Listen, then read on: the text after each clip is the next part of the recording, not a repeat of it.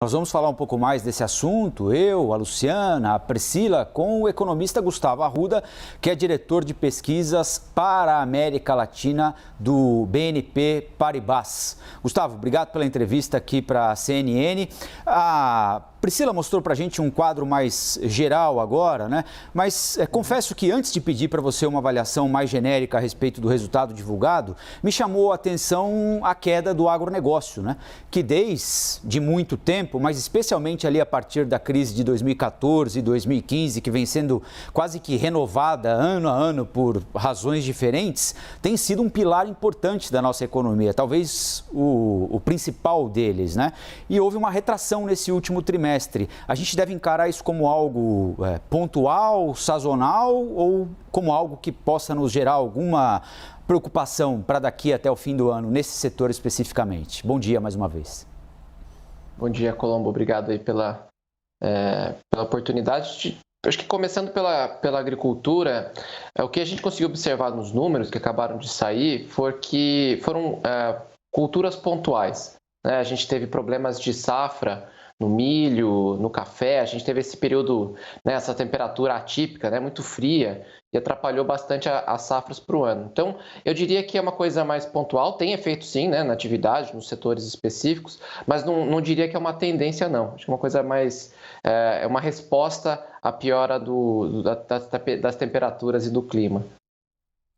Oi, Gustavo, Luciana falando aqui, bem-vindo aqui ao Novo Dia. Quero usar a figura de linguagem que o ministro Paulo Guedes sempre usa, que é o avião decolando, né? Esse avião está decolando já há alguns anos, mas ele não decola.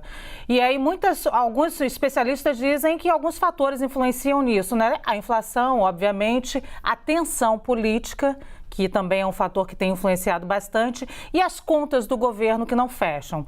O que é possível fazer entre esses fatores, e você pode apontar outros, para a gente liberar um pouquinho esse avião? Tá. Bom, alguns pontos aqui, Luciana, bom dia.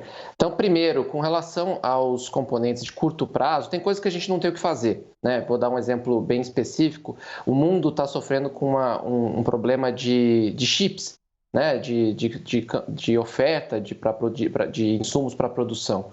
A gente consegue ver alguns setores, como por exemplo automobilístico, trabalhando com os estoques muito abaixo do padrão, né, do padrão histórico. Então, o que dá para dizer é que para curto prazo, em algum momento isso se resolve, é um problema global e a gente deveria esperar uma recuperação um pouco mais forte.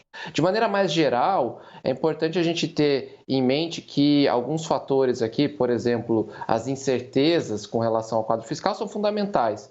Quando a gente imagina um investidor tomando uma decisão de longo prazo para um novo investimento, é importante entender quais são os riscos que ele encontra pela frente. Além de nossos desafios com relação à infraestrutura e a próprio ambiente tributário, né? Acho que é uma reclamação assim, constante, frequente com relação ao Brasil, essa incerteza ela adiciona nesse cenário, né? Então, você imagina, se você se colocar na posição do empresário de tomar essa decisão de investir, a gente sabe que todo dia sai um ruído, a moeda brasileira tem alta volatilidade, você acaba esperando um pouquinho. Eu acho que essa é um pouco a imagem do PIB. Parece que tem muita gente esperando um pouquinho.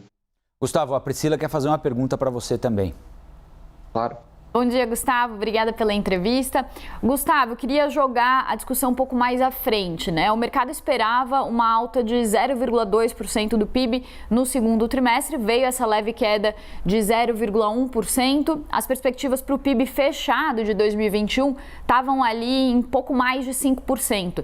Você acha que com esse dado do segundo trimestre a gente vai ter uma revisão importante do PIB, ainda considerando fatores como, por exemplo, inflação pressionada e crise hídrica adiante? Legal.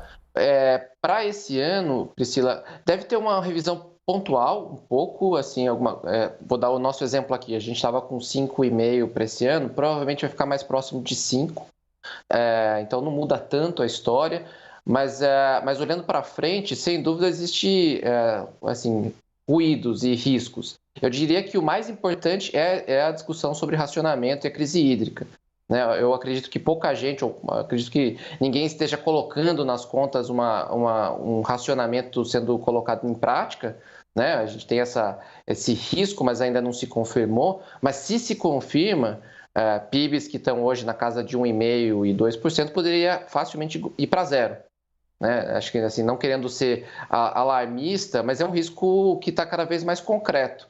Né? A gente tem que acompanhar, enfim, a evolução dos componentes, né, da produção. Acho que é sempre importante, a gente sempre fala que os economistas gostam de dizer do hiato, né? Quanto é que a gente consegue produzir comparado a onde a gente poderia estar produzindo. Né? E a gente olha o mercado de trabalho como sempre o grande exemplo. O mercado do trabalho e desemprego está lá com 14% de desempregado. Mas, por outro lado, se a gente precisa de mão de obra para produzir, a gente precisa de energia também.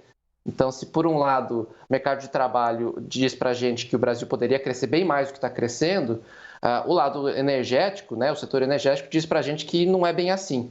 Então, enfim, a gente entra nessa seara, nessa combinação de fatores bem diferentes.